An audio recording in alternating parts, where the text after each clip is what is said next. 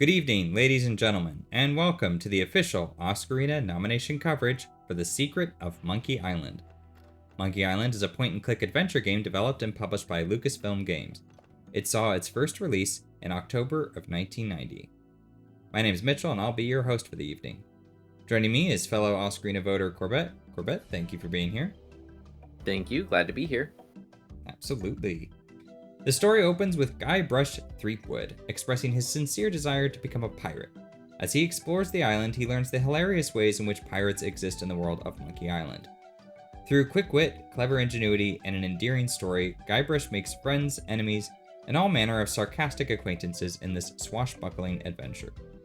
It has 7 award nominations, which include Best Pixel for 1990, Best Gameplay, Challenge and Achievement, Best Gameplay, Discovery and Expression, Best Level Design, Best Art Direction, Best Male Character for Guybrush Threepwood, and Best Narrative Composition.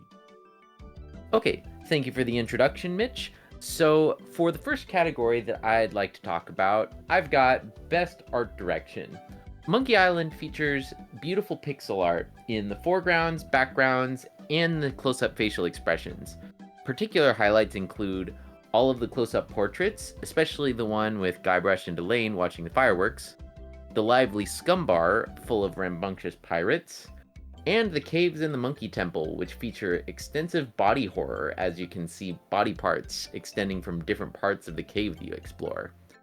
Randy couldn't be here with us today, but she wanted me to emphasize that all of the close-ups of the people are beautiful and the pixel art stands as great even by today's standards.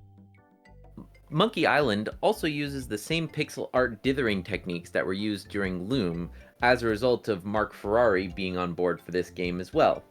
This allows the colors in Monkey Island to oftentimes be a blend of 2 different ones as a result of the pixels overlapping and intermingling with each other.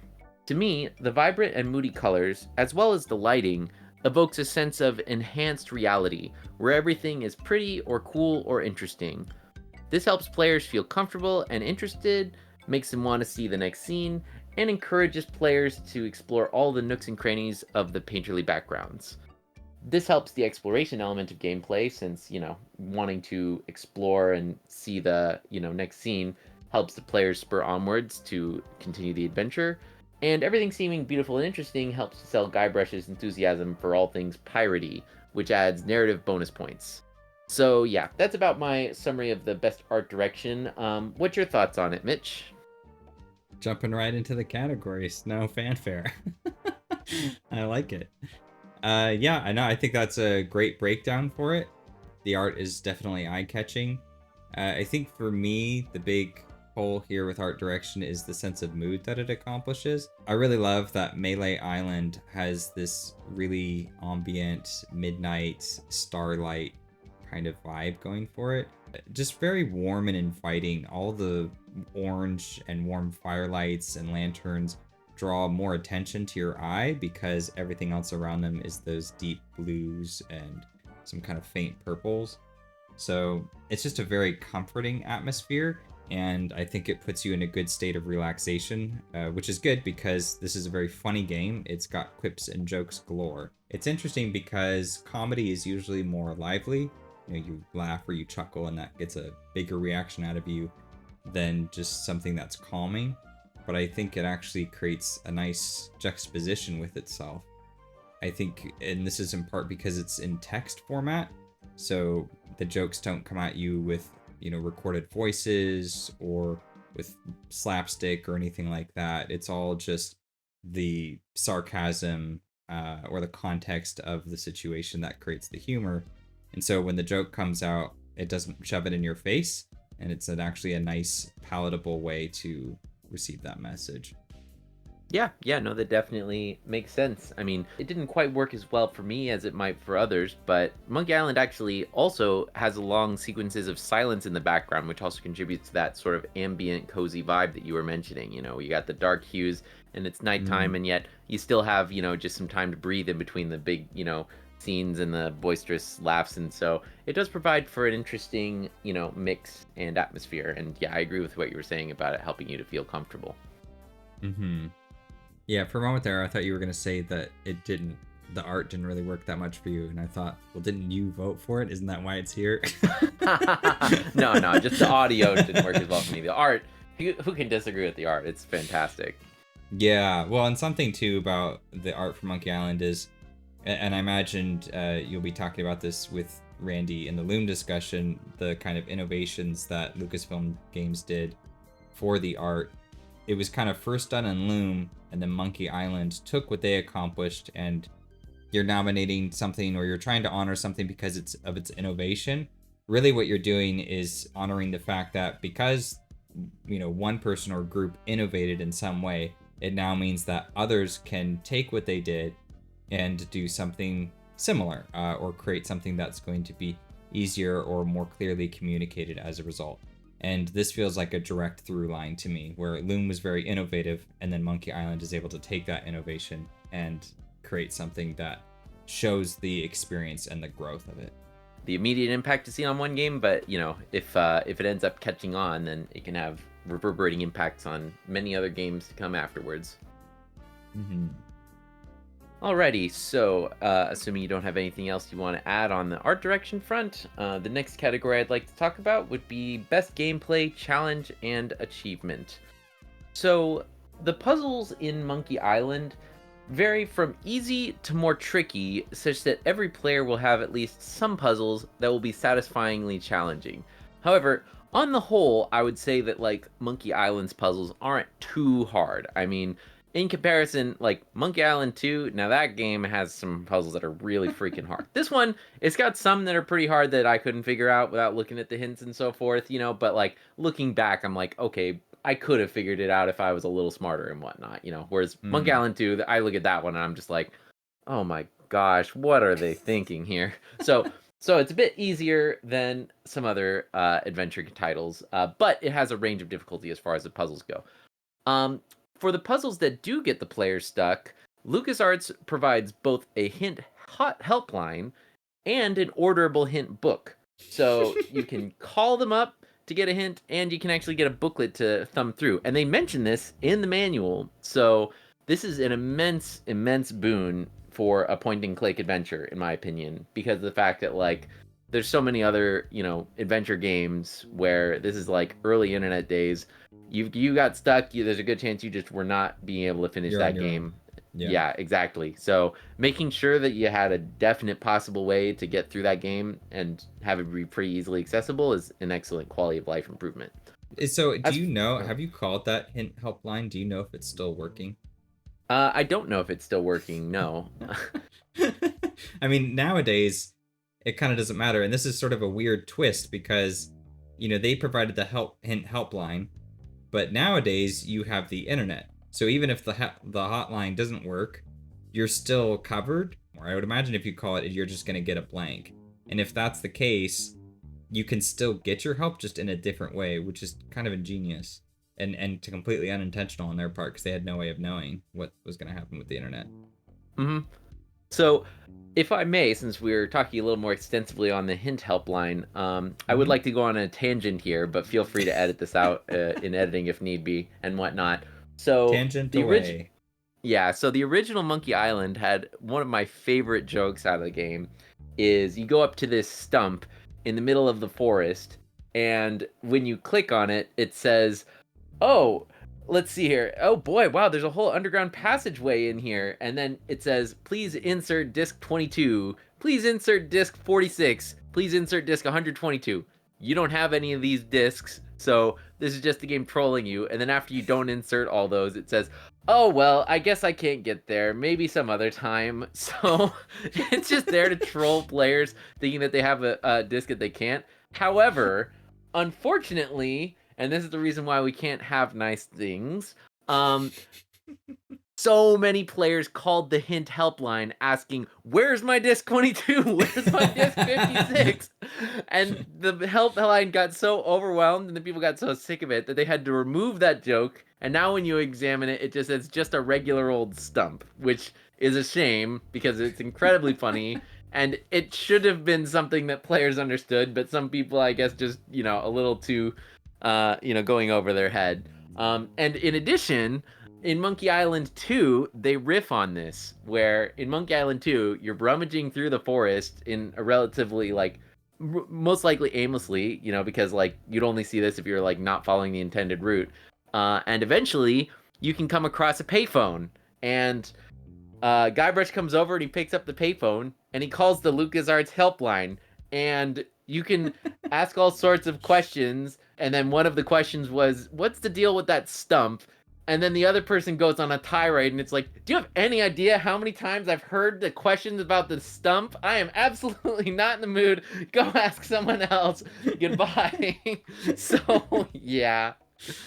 I said there's probably no better way to start off a conversation about Monkey Island than with one of its notorious jokes. I mean, the game is just completely riddled with them. It's hilarious. Mm-hmm. Yep.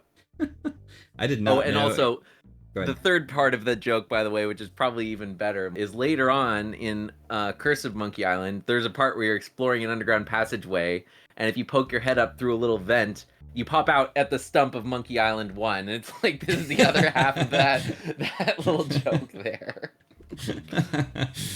Oh, man.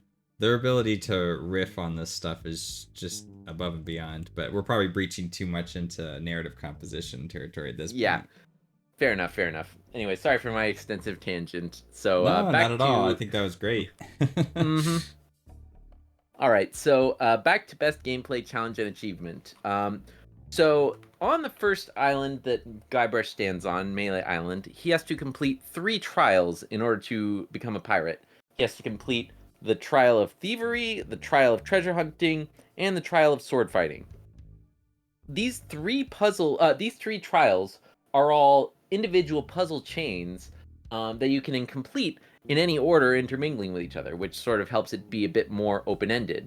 However, all 3 main trials have their initial starting item located in the kitchen of the Scum Bar. And if you happen to miss this kitchen, which, it's in the initial starting area, and it's right next to where you even get these trials, so it's sort of hinting you in that direction already. But if you happen to miss it, the manual will also explain, hey, you should try and get into the kitchen of the Scum Bar. So basically, that'll help get players moving in the right direction for all 3 of the other trials, which is pretty neat from a good challenge and achievement perspective. Aside from that, I would say that many of the puzzles require out-of-the-box thinking, such that the puzzles make you feel extra clever for solving them. To provide an example, I will share my personal favorite puzzle out of Secret of Monkey Island, which is insult sword fighting. Though this is spoilers for the best puzzle, so, if you haven't played it already, do be warned. Yeah, and Mitch is also a fan, so, I'm a big fan of this puzzle. It's hilarious. Yeah. So after Guybrush learns how to sword fight, the instructor tells him that he needs to fight with his wits in addition to his wrist, such that in individual sword fights, you will have to duel not only with your sword, but also throw out witty insults and comebacks in order to stagger the opponent's mind and, get the upper hand on them. So he teaches you a couple of initial insults, and he tells you to go out and learn some more elsewhere.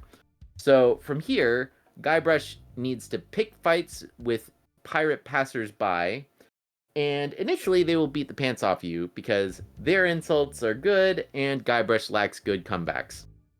However, as a result of doing this repeatedly, Guybrush learns their insults as well as their retorts, and after you end up seeing another pirate use the same insult, you can use the retort that you learned from the other pirate. Or alternatively, you can use the insults you learned from the other pirate on the new pirates. The learning process for finding these insults and comebacks is incredibly entertaining, thanks to the very funny and clever insults and comebacks, many of which were written by Orson Scott Card of Ender's Game fame. Eventually, they will tell you that you are good enough to try fighting the Swordmaster. So, through some additional puzzle shenanigans, you end up meeting this Swordmaster, but you find that the Swordmaster uses brand new insults, which you hadn't encountered from any other pirate. And at first you think, okay, well, I guess I'm gonna, just go out to the pirates, try out the insults on them, and learn some new comebacks so that I can beat up the Swordmaster. However, you try the Swordmaster's insults on everyone else, and they all don't have any comebacks. Their Swordmaster's insults are just too good. So after puzzling this over a bit more, you come back to the Swordmaster and you realize, hey, those retorts that we used for different insults can actually be recontextualized to work as comebacks for the Swordmaster's insults. So now, instead of just a, memorization game as far as, okay, I remember I used this insult for this particular situation or this retort for this particular situation, now you have to think a bit more creatively with wordplay in order to figure out what the comebacks are. And unlike with the other pirates, this one, you have to actually not lose 5 exchanges of words, and you have to win 5 exchanges of words, whereas the other ones were only 3 long. So it feels oh so clever when you make that connection of using the other insults in a new context. And it feels like a pretty epic and challenging boss fight to be able to, pull this off, finishing 5 different exchanges with your epic comebacks. And afterwards, your victory helps you really feel Guybrush's character growth from being a powerless and naive young boy to truly gaining skills worthy of befitting a pirate. Because keep in mind, all the other run-of-the-mill pirates on the island, they couldn't figure out how to beat the Swordmaster, her insults and stuff. So the fact that you did, it's like, oh man, Guybrush is actually an established, something of himself at this point. Yeah, this is really a stellar point in the game.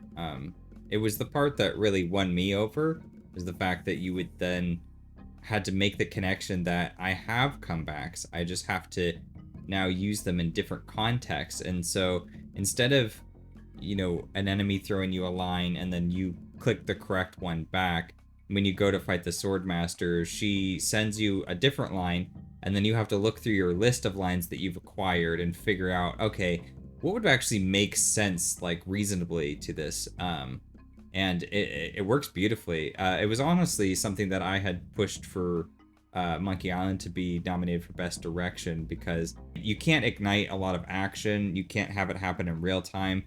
But what you can do is have a moment like this. Like, you could never carry out a real sword fight with a point-and-click adventure game, but what they do instead is have the quips. And so just figuring out which quip is the proper comeback, it's a battle of wills or a battle of words. And I think that's really cool. It almost reminds me a little bit of like Princess Bride with Vizzini, where you have to kind of determine who can have the best one-liner to come across, or like that is an aspect of sword fighting. So yeah, it's a really ingenious, a really clever aspect of the game. So yeah, I thought that was fantastic. Yep. So what's your neutral comment on the matter? So for my neutral comment on the matter, while I do think that most of Monkey Island's puzzles are fair, there are some elements of moon logic, which is a term that is used to coin, very unintuitive, ridiculous logic that's used by adventure games, that no reasonable person would come up with. So there are some times where upon hearing the solution, I was dubious of how I would have reasonably surmised the solution, though these are few and far between. But overall, the number and severity of these instances was pretty mild, and you could still get past them with the hint line and hint book, unlike all the other adventure games for the most part, which, makes it a cut above.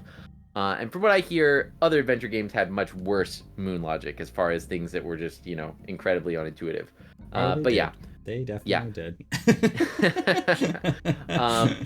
But yeah, so I would say that for me, the most infuriating example of moon logic is there's one part where I believe it's at Stan's used ships. You end up picking up a compass, commemorative compass that he's using to, sort of promote his business. And if you look at the compass, it mentions that, it's got a particularly strong magnet, and it's got a warning. I think it's like may throw off electronics or something like that. So there's one part where you're infiltrating a ghost ship, and you have to get a key, but if you try and get too close to the key, another pirate will discover you. And so you might think, oh, you know what? I probably need to come up with something to distract the pirate, or, I need to have a long, stick or something in order to get to that key. But no, you're supposed to use the compass, which makes the key levitate over to Guybrush without causing any none the wiser for the pirate passerby. And of course, come on, man. It would have, even a strong magnet would not be able to do that. This would have to be a magnet, a compass that's got, 50,000 power compass in terms of the magnet strength. So yeah, that one, I don't think that one is real. I mean, I guess it's funny in the sense of how ridiculously unintuitive it is, but yeah, I think that they probably should have come up with some other way of handling that particular puzzle, in my opinion. Well, this is actually an important point, for better or worse, with Monkey Island. Because the game is so chock full of jokes, I mean, make no mistake, they will sacrifice pretty much any sentimental moment to give you a good joke if the opportunity presents itself, and it will. So, when you're in a situation, when you've set the stage for that, it makes it really hard to tell sometimes. Like, you have to tread very carefully, because what can happen is, like you said, this is funny. And so, in an effort to make it funny, you've made it unintuitive. And the player is not always going to see the defining lines of, okay, when is this something that I have to mechanically solve versus when is this funny? So, for example, there's another puzzle where these circus performers want you to climb into a cannon and launch yourself out of it. And obviously, you need to wear some kind of protection. And what you end up using is a pot. And that makes sense, but your initial instinct is to think, well, don't I need a helmet of some kind? For the most part, I think they walk that line pretty well, but it is going to be one of those things. Like, the other one I'm thinking of is when you're on the ship and you need to craft some explosive to fire yourself out of a cannon onto the island. And I like the idea that you're launching yourself out of a cannon again, because that's something that happens earlier, and so it establishes that in the fiction of Monkey Island, you can fly over large gaps as a result of being shot out of a cannon, which obviously doesn't work in real life, but in the humorous logic of Monkey Island, you can do this. So I like that there's a callback there, but the process of getting that concoction put together is incredibly layered. Full disclosure, I didn't play this game. I mean, I played a little bit of it with you and Randy for a bit, and then I watched the rest as a Let's Play. And just watching the player go through all the steps, it just seemed to take on forever, and there were so many ingredients. I was like, oh my gosh. Because it honestly kind of scales down on the jokes in that part too, where you're just kind of expected to go and find it. But again, this is kind of for better or worse. Maybe that's good because you want there to be more puzzle solving goodness, and so the fact that it's a more intricate puzzle to solve, that's a positive. On the other hand, because it requires so many details and so many steps, it can also detract from what I think is more of the core experience, which is kind of that humor and sense of adventure that you get. Yeah, I got you. So just to confirm, when you say there were so many ingredients, so are you keeping the cannon puzzle as separate from the recipe puzzle, where you have to try and follow the recipe to navigate to Monkey Island in the first place? I can't remember the exact details because it's been about a month since I watched it, but I remember there was a recipe of some kind, and that was the part that was like, oh my goodness. Okay, yeah. A lot of steps because you have to find the recipe, and that's a little convoluted. And then when you get it, you have to find all the ingredients on board the ship. And your crew are at a point where they just want to be lazy mutineers, which is funny, but also they're extraordinarily unhelpful as well. And so I don't think it would have killed them to have like something masked as a joke, but that's really a hint. Like, why don't you go busy yourself downstairs with the blah blah blah, and it's actually a clue to like, oh, maybe I should go and get this or do that. So there was a point where you have to solve a recipe and whatnot, but that was actually a cooking recipe, which is actually a voodoo spell, which is necessary to get you to Monkey Island. The process of launching yourself out of the cannon is actually a bit simpler in comparison. You just need to, do a list of like 3 or so ingredients to get yourself shot out. Yeah, to find Monkey Island. The voodoo spell goes off, but Guybrush and the crew fall asleep, and then they wake up and they're at Monkey Island. Yeah. It was a lot. I was like, my goodness. Yeah, that one is a lot, but keep in mind that is the puzzle of all of chapter 2, basically. That's like the thing that you're there for, basically. But yeah, it's fair if that one seems a bit more convoluted and whatnot for your taste. So yeah. All right, so moving on to best gameplay, discovery, and expression. So like Loom, Monkey Island embodies the LucasArts philosophy of not killing the player character or putting the player character in unwinnable states. This encourages exploration, since you know you can always try things that seem unwise, and the game won't kill you for it. So the game flat out tells you this in the manual, so you can take advantage of it. You can pick the obviously unwise answer in the dialogue trees because it's funny, and you'll know that Guybrush will somehow figure out a way to get away with it. So, in addition to helping out the discovery, it ends up also allowing for a lot of funny moments that wouldn't be possible otherwise. Um, as mentioned previously, the pretty pixel art makes the player want to explore everything. And aside from the pretty pixel art, there is just an abundance of jokes in all sorts of unexpected places that act as an excellent reward for exploration. When you're trying stuff out, when you're stuck on some puzzle, or trying stuff out just to see what would happen, there's frequently times where you'll come across something that the creators just kept in there for just this sort of unusual circumstance. Yeah, that reminds me of like that moment when you can make Guybrush drown for 10 minutes, because he says he can hold his breath underwater for 10 minutes, and then what is it that happens at the 10-minute mark?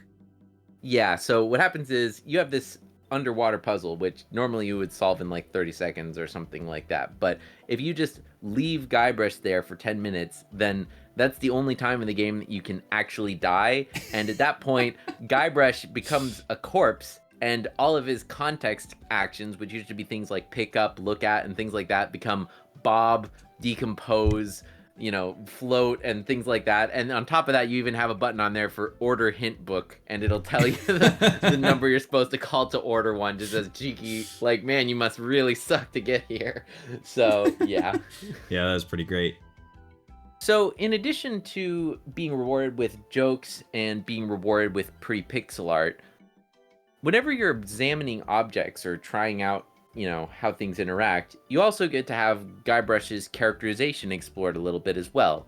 Guybrush narrates, everything that you look at, and you get to see the world through his eyes. And in the process, he says things that are rather endearing or funny, so you get to have some nice storytelling as a reward for poking around as well. Puzzling requires that you pick up and examine a lot of things. Since this is an inventory-based puzzler, you gotta grab everything that might potentially be useful, even if it doesn't seem useful at the moment. And this also ends up helping the exploration element of gameplay, because it makes sure that you're really paying attention to all your surroundings and trying to nab up and examine everything that you can and stuff. So that's also a nice little perk in the discovery and expression direction. And lastly, for discovery and expression, I mentioned that the out-of-the-box puzzle solving also requires that you buy into the fiction of the world, which also encourages users to explore and pay attention and think the way that characters would think.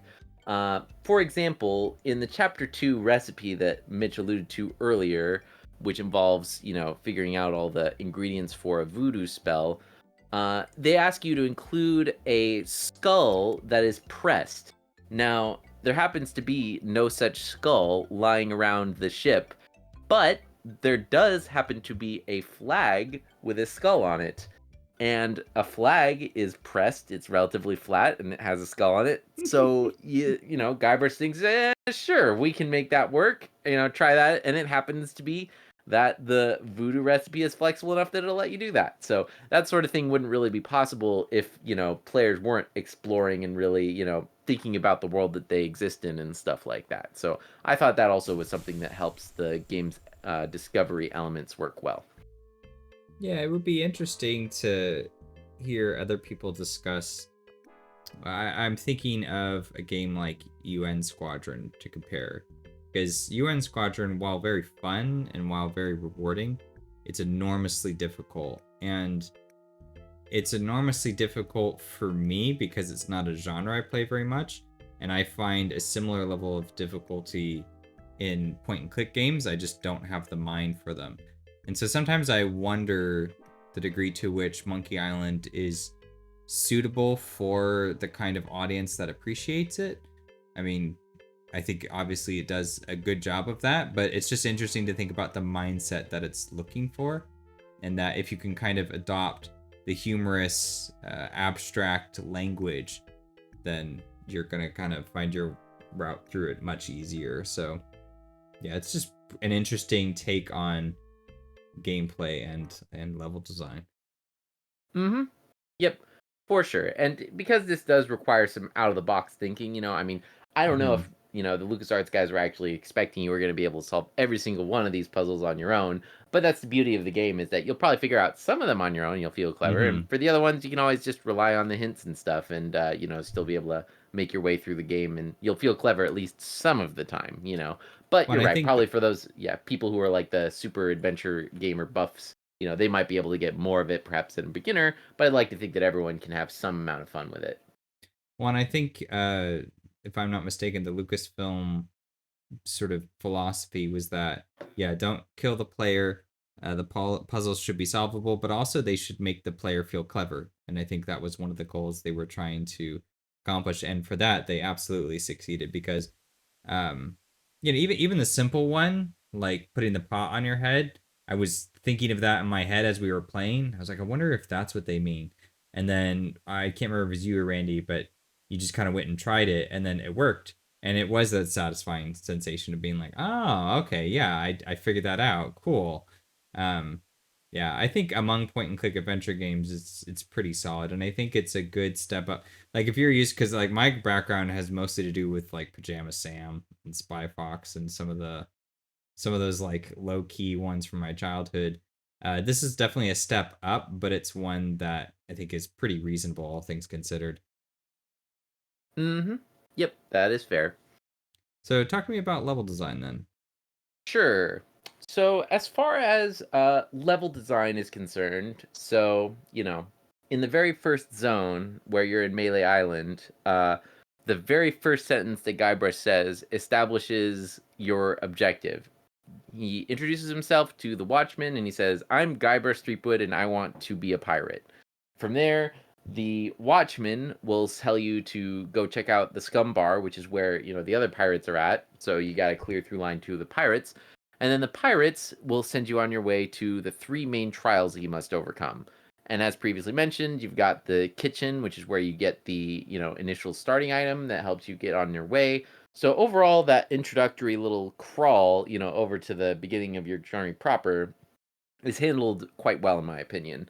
In addition, I would say that the 3 main trials we have are all very nicely piratey themed. You've got a uh, thievery challenge, you've got treasure hunting, and you've got sword fighting. And I mean, as far as thinking of all the fun stuff you get to do as a pirate, that definitely stands as some of the best. Oh yeah, that's it right there. What more do you need to know?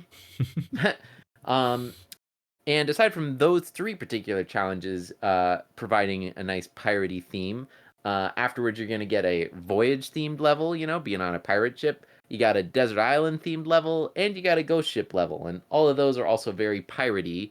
So it shows that their, level design sort of comes from the theme first and foremost, and then it works its way into the design and story and stuff from there. So I appreciate the fact that the level designs are all piratey and they all have their own distinct flavor. Um, Aside from the levels having variation from a theme and story sort of flavor perspective, so each of the 3 main trials stresses a different aspect of the interface for the sake of puzzle solving. So Right. the thievery challenge is stressing your inventory and the item description box of your interface. Okay. Um, yeah. So then there's the treasure hunting segment, and this stresses the overworld map because this involves you having to decide, oh, I need to go, left, right, or toward the back of the screen. And you're navigating through this forest puzzle, with mostly the means of just clicking around on this elaborate map and whatnot, or elaborate, maze, I should say. That's good Um, too, because I didn't think of it until you just mentioned it, but yeah, the map screen also looks like a treasure map. It has that same kind of, like, it's really far away, like a treasure map would be. It doesn't have an X marks the spot, but it's got everything else you would expect to find. Yeah, actually, sorry, to clarify. So, yeah, it does use the overworld map a little bit, but it's mostly the section where you're going through the forest, and you have to decide if you want to go, which of the many paths that you want to go through in the forest. In that one, Oh, I you've remember got, that. Yeah. yeah, that's where you Hmm. have Guybrush trying to decipher which way to go, and he has to creatively interpret a Hmm. pamphlet in order to figure out, where he's, the way that the treasure's at. So Yes. that one's sort of stressing the segment of your screen that sort of shows Guybrush and his surroundings and stuff, where you're going to move and things like that. And then you've got the insult sword fighting mentioned earlier, and that one is stressing your ability to use the dialogue trees in clever and witty ways and whatnot. So being able to sort of stress the different aspects of the interface, both, it sort of allows them to tell different jokes, and it adds nice variety between the challenges. And it also gives you different ways of being able to be clever with yourself. So, in general, having each of these levels, you got the thievery level, the treasure hunting level, and the sword fighting level, have a cohesive theme thematically and mechanically, helps the player with joke telling, with player challenge, and with a bit of exploration too, because you get to have that nice change of pace. So overall, the levels with those 3 trials are pretty top notch. Aside from that, the puzzles within each zone tend to fit the, level in question. The stuff on the desert island that you're solving is stuff that you would do on a desert island. And, as previously mentioned, the stuff you do with a thievery is sort of related to thievery. So that's kind of nice for cohesion. And in general, the thing that sort of sets Monkey Island apart a bit from your usual pirate adventure is the fact that it features a lot of anachronistic elements. So there's one part where you have to get a mouse out of this guy's cell in order to get to the next level, and you have to use this gopher spray, or in order to talk to him in the first place, you have to get a breath mint from like the local store, in literally a little Mentos wrapped tube and stuff. And it's like, there's no way this would actually exist in a realistic pirate setting, but it does here, and it's very funny. And it also just sort of makes the puzzle solving a little more creative and surreal and stuff like that, rather than just dealing with your boring old little, stick or, lockpick or things like that. You've got to juxtapose, how do I use gunpowder effectively with how do I use a rubber chicken with a pulley on it effectively and stuff like that, So those anachronistic elements are also sprinkled throughout the level design, and they add an element of charm and humor, and also for some unusual puzzle application, which I also appreciate. Yeah, I think that's great. So do you want to segue into next category then? Most certainly. So next up, we've got Best Narrative Composition. So as previously stated, Monkey Island is telling the story of Guybrush Threepwood, who is a naive young adult on a quest to become and embody his vision of a swashbuckling pirate. Now, let me tell you, when I came into Secret of Monkey Island, I, unlike many other folks, did not have particular attachment to the swashbuckling pirate type of story. I wasn't a super fan of Pirates of the Caribbean, and having now finished the game, I actually do genuinely have an attachment to those stories because of the fact that Monkey Island and Guybrush really taught me the, magical storytelling that can come with this sort of a game. So that really goes to show you, the kind of strength of narrative composition that comes there. Mm-hmm. Well, yeah, I mean, pirates are such a fun theme because it's all about freedom, excitement, being on the open seas. I mean, obviously, real world pirates look very different, but the aesthetic that they've fallen into is sort of like ninjas, where yeah, definitely more of the spirit that we're interested in as opposed to what they were actually like. So yeah. As was probably evident by our references so far, Monkey Island is a very funny game, and those jokes end up getting woven into the game through many different means. As previously mentioned, they find ways to do it through the puzzles, and, they have, different kinds of jokes. They got fourth wall breaking jokes, they got pun jokes, they got surreal, absurdist jokes, lots of different flavors of joke for lots of different people. So, and overall, it's pretty densely packed with them. You'll probably find at least some stuff that you'll find funny to your own personal preferences. In fact, what we should probably do is actually share a couple of our favorite jokes. I think we both have one from the end game, so spoilers for end game coming up. But because at the end, you basically get to defeat the bad guy, you save the governor, and then you get to choose what kind of closing statement Guybrush says, and all of them are quite witty. So what was yours? Yeah, well, I would say that personally stuck with me the most, more from a storytelling perspective, more so than a humor perspective, was Guybrush saying that the thing he learned from all this was how to deal with frustration, disappointment, and irritating cynicism. And then, and then in retort to that, The governor says, "That sounds like something my husband would say." And then Guybrush looks at her and says, "Yikes." So it's literally the embodiment of what he's talking about. It's like the one thing you thought, okay, well, I screwed just about everything else up, but I got this unequivocal love interest at the end, and, everything's all fine and dandy. And then you find out, no, actually, she's already married. You're just her little, boyfriend she has on the side and whatnot. It's like the game even takes that, away from you, but it does so much funny and humor that it's able to really hammer home its themes of but I'll get into that later. But yeah, that's my personal favorite of those three options. And I mean, I know the other one that's probably most people's favorite is that the one that you picked. I assume. Well, yeah, the one I went with is never spend more than $20 on a computer game, or $60, or however much it was. Yeah, it's $20. That's 1990s money though. Yeah. Yeah.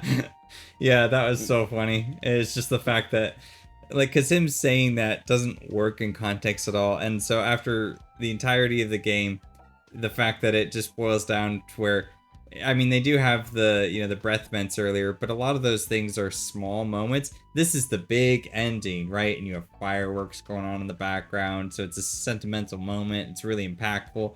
And so the fact that the closing joke of that is just, this game was not worth purchasing. A little bit of self-deprecation humor. It's pretty good. That one got me. Oh yeah, for sure. I mean, they hammer in the absurdist even more, because after that, it's like the governor is like, "Why did you say that? What's a video game?" And then Guybrush is like, I don't know." I don't know. Yeah.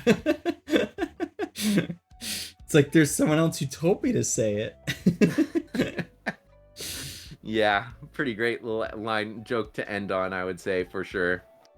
But yeah, so Monkey Island manages to be very funny, but Monkey Island is still able to have heart and have things to say, despite its humor.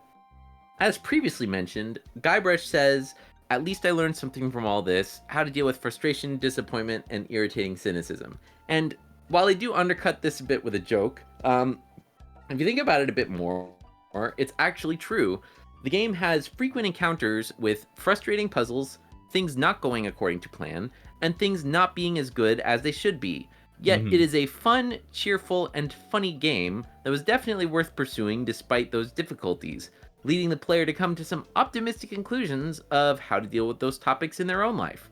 Perhaps your goals are still worth pursuing because the journey was enjoyable, or you lived up to your ideals along the way, or you're just able to laugh at the absurdity of life and the situations you are presented with, even if just absolutely nothing goes according to plan. Which, honestly, is a very, surprisingly deep message to have for a, silly game about pirates. I think that one is kind of the canon closing statement, if I were to pick one. And I mean, I think everybody is going to take that in different ways. For me, when it said how to deal with frustration, disappointment, and irritating cynicism, I took that to mean the frustration of the point and click game, because point and click games just frustrate me even if I do like them.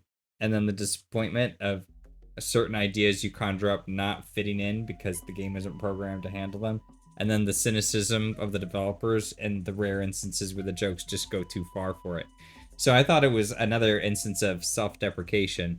I do agree with that perspective as well. I do think that it kind of mirrors the things that Guybrush went through, and it is emblematic of, it's one of those games where the story is such that characters, like, situations will routinely unravel and not carry out the way that you are, like, hoping or initially anticipating.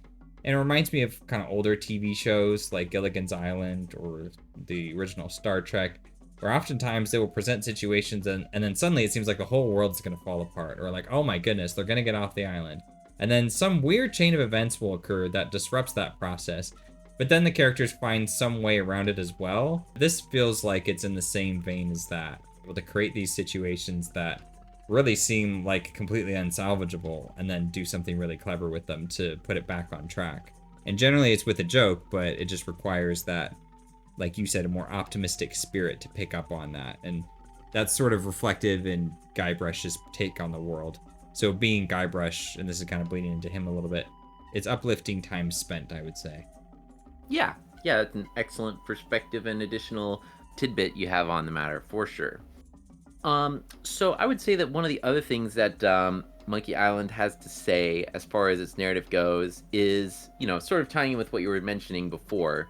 So, even when you're presented with situations that are far from ideal, you can make it work by improvising and making do with the subpar ingredients you are presented with, and that's pretty cool. So, Guybrush himself is a jury-rigged improvised solution. He is the best thing they had around because there's no other pirates available. They're all too scared, so they're like, yeah, whatever, we'll make do with you. And then Guybrush kills it. He ends up like doing a whole bunch of really cool piratey things that like nobody would expect. But aside from that, you get the pot on the head with the cannon, that's also making do with what you've got. And through all the puzzles, there's tons of times where you've got to like improvise, figure stuff out, and it ends up working out in the end. And yeah, I think that that's also a nice little message that the game has to convey to the players through its gameplay. And then lastly, I would say that the thing that the game has to say is that, in general, Guybrush and his ideal of the swashbuckling pirate are both pretty cool, even if they are also pretty dumb at the same time. So another point in the favor of narrative composition is the fact that the narrative is able to make fun of, pirating and all of its associated things, but it's also able to embody it and glorify it and sort of talk about the positive aspects as well. And I think that that's sort of a tricky task to pull off. I mean, it's all too easy for comedies to devolve into being a bit more, cynical and just talking about how everything sucks and whatnot. But the fact that this game is able to both poke fun at all these characters and the genre conventions while also being able to showcase the positive aspects of it is, I think a pretty good and tricky balancing act and whatnot. So I think that they did well in that aspect. I would say, in addition, that the settings, the puzzles, and the side characters are all very varied and charming throughout the game, which helps the story feel like a colorful pirate adventure and keeps the storytelling fresh throughout the game's runtime. Um, Lastly, on the topic of positives on narrative composition, I would also say that the puzzles not being too hard, along with the hint systems and the removal of deaths and soft lock states, these all helped keep the pacing of the storyline relatively brisk and not have it slow down too much from like really difficult roadblocks and or just very time consuming things that are blocking your progress. So yeah, that's what I would have to say in the positive direction for narrative composition. Yeah, the narrative composition is pretty solid overall. I think the plot structure is also something worth mentioning. It's able to deviate from that and create a lot of twists and turns, and it usually uses humor to segue from one scene to the next. But I think, like I said, it almost feels like old school writing. I'd also like to point out, just for on record, that Herman Toothrot is my favorite character, and everything he says is just bonkers hilarious. He Oh yeah, just Herman Toothrod's great. he's just this guy stranded on this deserted island, and he's just trying to survive on his own, and then you show up there and he thinks you're there to rescue him, and you're talking to him, and then you reveal the fact that, oh, I'm actually not here to rescue you, I was here looking for someone else. And then he just gets all pissed off. He's just like, oh fine, don't rescue me, it's not like I haven't been here for years waiting to talk to someone civilized. Yeah, and then like Guybrush is like, well, okay, I guess I can rescue you, but I got other stuff to do first and stuff like that. So yeah, he ends up being this like this kooky guy who's like talking to you all over the island. He's like mildly annoying, but he's just out of character, very very hilarious. So you really can't be mad at him. And then of Yeah. course the very best payoff of that is that he's whining the whole time about wanting to be rescued, and then it turns out that he had a ship the whole time, but he just didn't rescue himself for the principle of it all. So yeah, that's the game Yeah. for you guys. Yeah. Yeah, just um in general, all the characters are really well composed, and he's kind of a big highlight. Even though he's a side character, he's just one of many. And so you're constantly meeting new, interesting characters and having all sorts of clever interactions with them. mhm. All right, so as far as the cons, so I did mention that the puzzles not being too hard and all that stuff helped to keep the pacing brisk, but I would say that chapter 3 doesn't do this quite as well as the other chapters. There's a decent amount of time that's spent traveling between destinations, and there's more challenging open world puzzles that take longer to solve. That being said, they do try to mitigate this a little bit because, if you actually have a destination that you recognize and you click on, the Guybrush will move like 3 times as fast compared to if you're just like aimlessly pixel hunting around the island and Yeah, so that's interesting because I liked that one. That's when the game kicked into gear for me. Chapter 2 was the one I didn't really like when you're just on the boat and you're just trying to solve this like exhaustively long puzzle just to get to the island. It's also really weirdly short compared to the others, so that one felt like a weird pacing. It felt like something they had because they wanted to make sure there was a transition from getting on the boat and sailing away to arriving at Monkey Island, which makes sense, but it's just kind of feels a little awkwardly shoved in or like done just for the sake of doing it. Whereas the island I actually liked a lot, but that could be in part because Herman was one of my favorite characters. And so it really elevated things. I would say this that each chapter is stylistically very different. And so if you go into it thinking that what you get from the first chapter is going to be the same throughout, it's not quite that way. So there's a different ebb and flow to each one, which is neither pro nor negative. It's just something to think about. yeah, for sure. And don't get me wrong, I don't think that chapter 3 is a bad story by any means. I just felt like it was a little less like Comparatively, tightly paced yeah. as far as the other ones go. But I mean, pacing isn't Mhm. everything, it still had a lot of Yeah. other stuff going for it.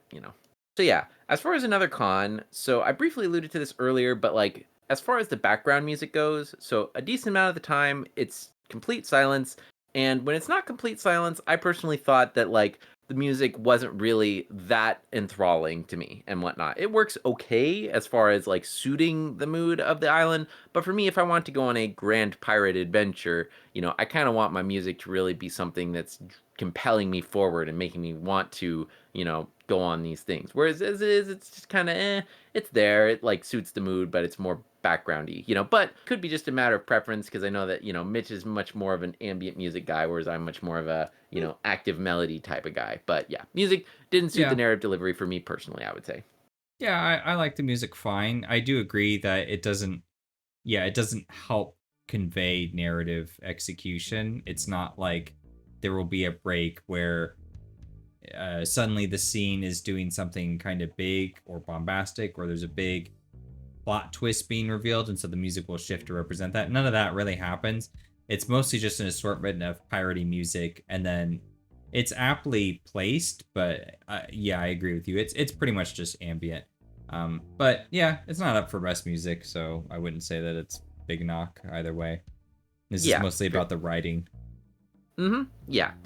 And then the other one that I have to say, as far as just mild cons go, is that, while the game does have things to say, in my opinion, I would say that they're kind of subtle, such that the viewer may not really think as deeply or as hard on these themes compared to a game that's more upfront and in your face with the things that it's trying to say. I mean, Metal Gear, you come out of that, there's no way you're going to be not contemplating about the consequences of war. It's definitely like right there over and over and over again. Whereas this one, Mm-hmm. it's like if you even come across, you might not come across with like anything deeper to think about at all. You might just be thinking of how funny it was and have a good time. I mean, you're probably still gonna rub off some of that piratey charm. Don't get me wrong, but like as far as the other things I mentioned, subjective whether it's even there, and if it is, it's Yeah. probably pretty subtle. So not exactly as much of a very like upfront thinky game as something else that's a bit more blatant about its messages.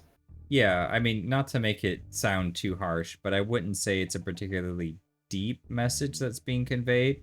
And I think your example of that ending line of how to deal with frustration, disappointment, and irritating cynicism, you're able to extrapolate quite a bit out of that. And I do think that it is there and it is valid. But I also get, and I think we're in agreement here, an equal sense that developer intention was not necessarily for us to find that nugget or to have a deep, thoughtful conversation about it. It was more just one of the funny lines they thought to close out the game. And that works for it. That's fine. It doesn't need to have such a guided directing point. And maybe this is also why it ended up not making the cut for best direction now that I'm thinking about it more, is that it doesn't quite have that deliberate, specific message that it's trying to hammer home. And it's more just, this was a fun piratey adventure. We hope you had a good time. The end. And there is something to be said for that. It's nice escapism. But yeah, I think it doesn't quite hit so much of a sentimental or emotional arc. Yeah.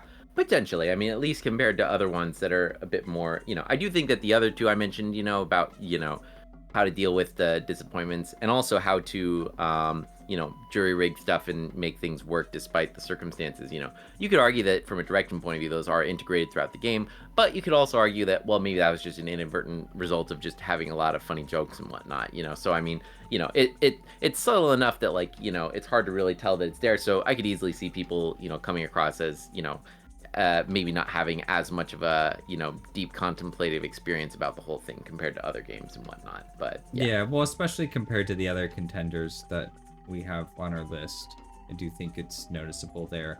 So really what we're trying to say is that the writing, the excellence for it here, why it's in for narrative composition, is because, for one, it is just downright hilarious, and that stood the test of time because it is now over 30 years old, and it's still as funny as it was back in the day. So yeah, it's definitely well written, and each of the characters has their own degree of agency.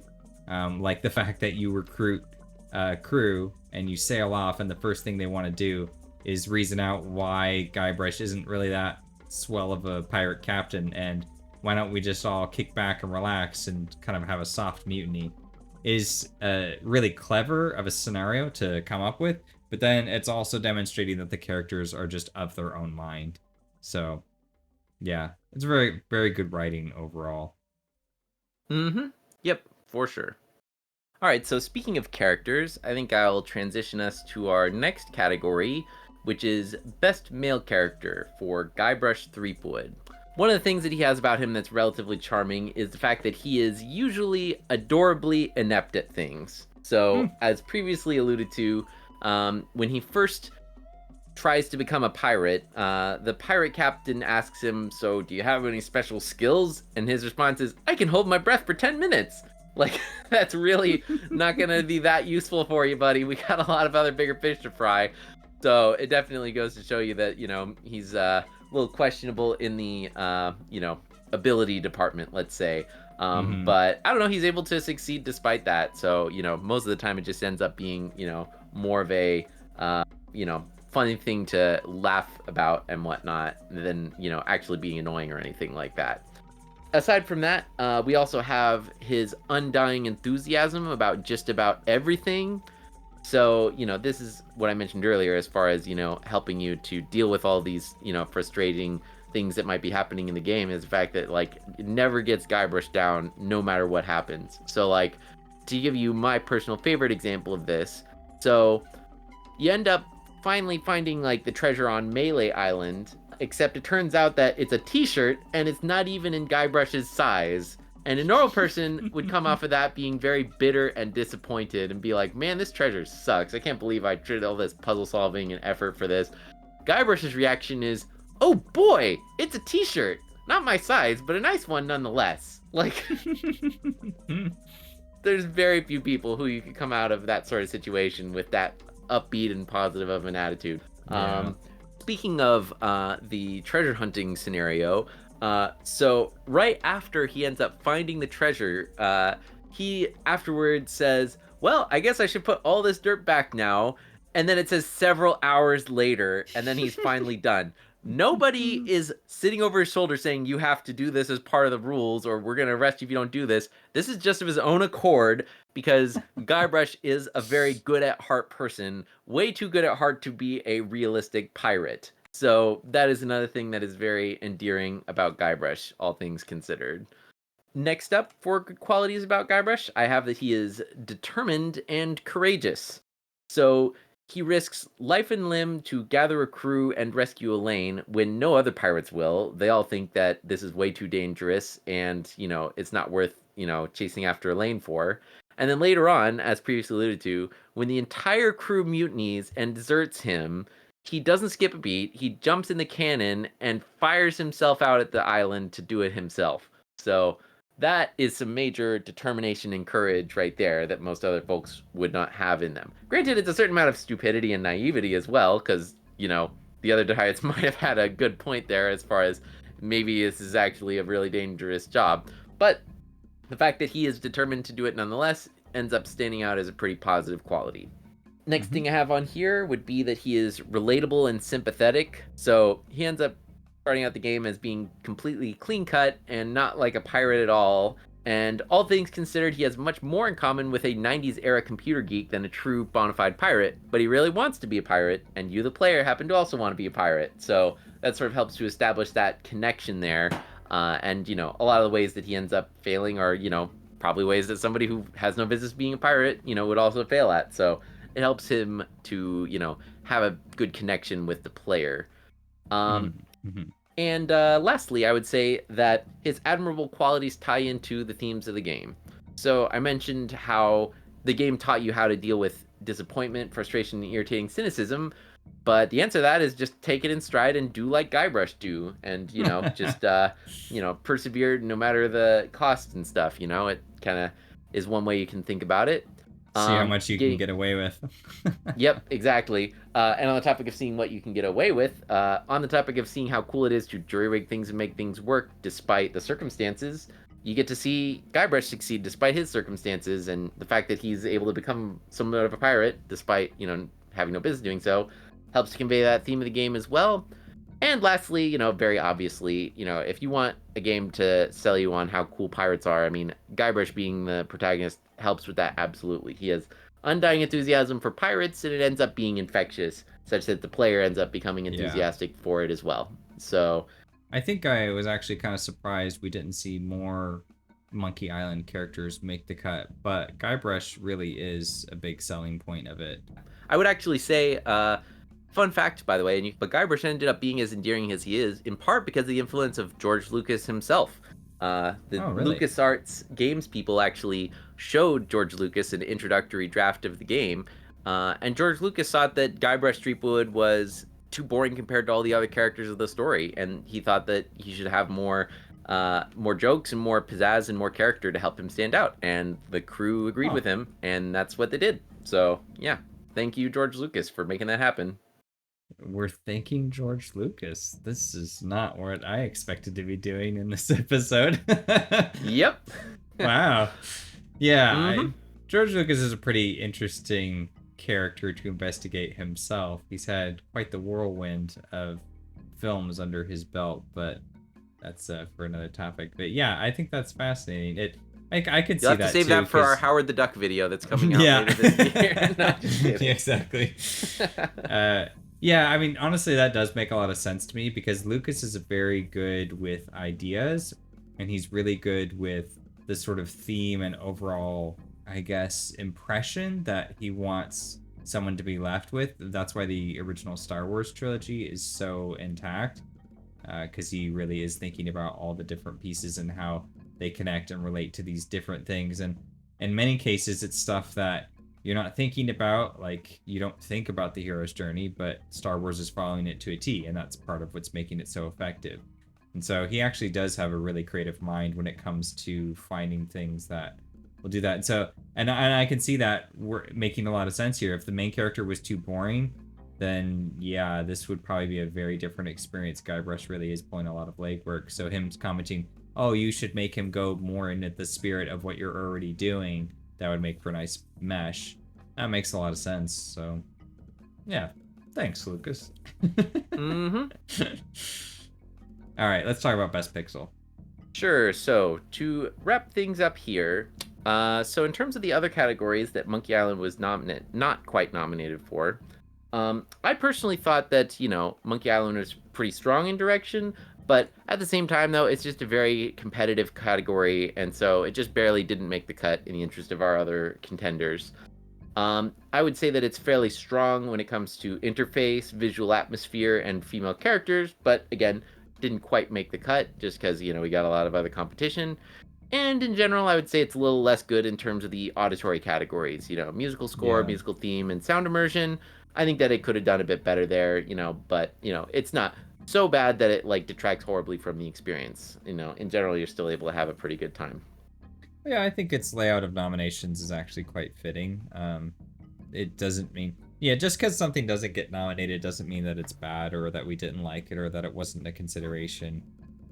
In fact, like I said, I did have... Monkey Island was actually one of my picks for Best Direction, but it was just too low on the list. I had other ones that I felt were a little more pronounced. And I think after talking about it here, I actually feel a little better about that, because I really did like that clever twist they had where you sword fight with words. I thought that was really ingenious. But if I'm also looking at the game from the perspective of the cohesive singular vision that's being conveyed, there is one, but it's also one that doesn't necessarily, I don't want to say take chances, but it almost feels like a time capsule of a game. Something that you can pull out and have a great time with, kind of like a Monty Python, right? Where it's just always funny no matter when you see it. And it's just always, it's more about like the atmosphere of warmth and just, this is fun, let's be a pirate for a little while. That comes through really strongly. Like, the subtlety in its messaging is in some ways kind of a good thing, because I think it allows for more people to appreciate the message of just, like, you can relax a lot easier if it's clean cut at what it's trying to do, which is sort of like F-Zero. F-Zero is very clear in that this is just fun, adrenaline pumping racing, and this is kind of like that. It's just fun pirating adventure. There's a few moments of some good character and story development, but like you said, they're quite subtle. And it also makes for good routine visits, though, because then you can be thinking about those sentiments the more times you go through it. Yeah, those are all good thoughts on the topic. Yeah, definitely is also a valid way of thinking about the, direction of the game and how they're tying it together with the rest of it. I mean, I would say that, like, that is probably something that, works to its favor, is the fact that since the ideas that they have in there about, like, making things work despite the circumstances and how to deal with, cynicism and all that other stuff and whatnot, I think that, like, the fact that they're able to keep it subtle and under the radar definitely helps to its benefit, because, I mean, if it was like, they're taking a break from pirating to, like, monologue about, boy, this really taught me this valuable lesson and stuff like that, it would, make it a lot less immersive and much more heavy-handed and stuff like that. As is, it's like, you're able to really just have a fun pirate adventure first and foremost, and then there happens to also be an undercurrent there if you really want to go digging for it, for me at least. Yeah, or it would end up being educational or some crap like that. Said as someone who teaches for a living. Yeah, and the other thing with that too is Monkey Island is one of those games that I think is a nice reminder that games are games. A lot of computer games of the time would have a story, but they would very much just do, okay, well, it's a night and there's a dragon and there's a king and then he sends you on a quest and there you go. We got the fundamentals. Now let's get to the mechanics. I played a ton of games for this season, and just so often that is the basic premise. And whether it's a side scroller or like a computer RPG or something like this, they all seem to really lean on that narrative to a massive degree. And it's just there as an excuse to get you to have some emotional investment. But in Monkey Island, that changes quite a bit, in that the story is the point, and experiencing that is a lot of the fun. There is some clever, but there is a degree of engagement that you get to be part of, and you get to be clever like Guybrush. You get to outwit and out-finagle yourself through interesting situations. Definitely well worth an experience, and I think they did a really nice job of taking that vision of the sort of raw escapism to bring it full circle. So yeah, I agree. I don't think it needed a more poignant message than what it already has. Mm-hmm. Fair enough. All right, so then the other thing that I had to mention about Best Pixel is that often in video games we are forced to choose between games that have good gameplay and games that have good story. But Monkey Island is a contender for Best Pixel, in part because it is one of the rare games that is able to obtain high marks in both categories at the same time. It's also noteworthy because, along with being incredibly funny, it manages to subtly tell some meaningful themes about how to smile in the face of nihilism. If puns, pirates, and puzzles are of interest for our voters, then the secret of Monkey Island may be that it is Best Pixel winner for 1990. Actually, speaking of, we should probably make a comment for Monkey Island 2, because that game didn't quite... In fact, it didn't even make the short list. But I know this was largely due to your pretty scathing review. Do you want to kind of fill us in on that a little? Sure, I guess if somebody is interested in listening, we aren't running too bad for runtime.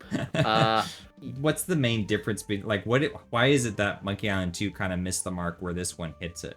Yeah, so basically, you know how the key messages of Monkey Island 1 were pirating is really cool, and here's how you can deal with nihilism and, cynicism and all that other junk and whatnot?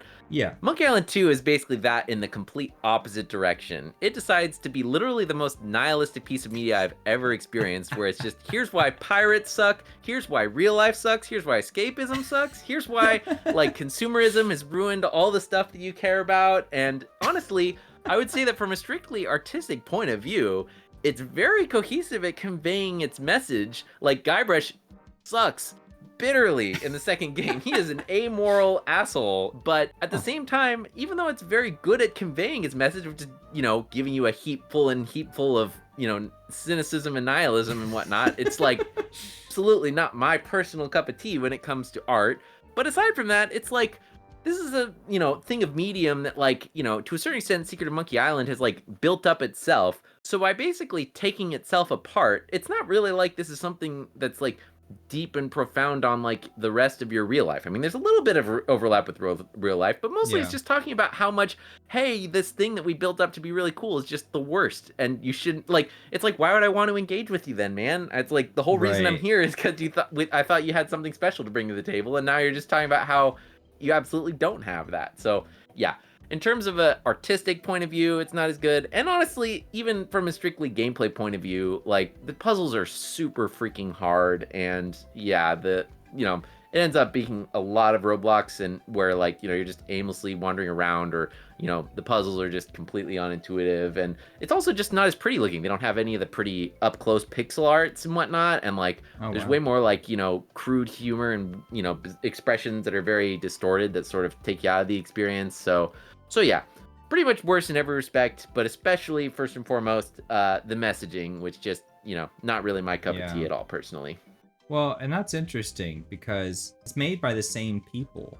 So it's kind of fascinating that their direction to continue with this idea and these characters went in a direction that totally doesn't seem to mesh with what this one is doing.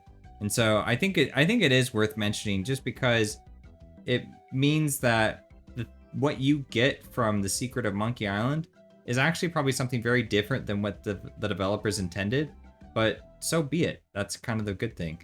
Sometimes developer intent or, auteur intent is really important, and I don't want to discredit that, but there's also something to be said for just what does the reception, what is it that other people gain from the experience? If we just, take it as the death of the author, what are we left with?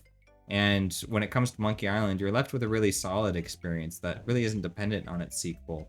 Yeah, I mean, I don't know. I personally think that, there might be some degree of, I think that maybe that the auteur level and whatnot, I think that he definitely was taking in a deliberately different direction with Monkey Island 2. I think that he did have some legitimately positive sentiment to have towards pirates and the other stuff in the first one. I mean, why else would you literally have, Guybrush, saying at the end, this is how you deal with, disappointment and stuff like that.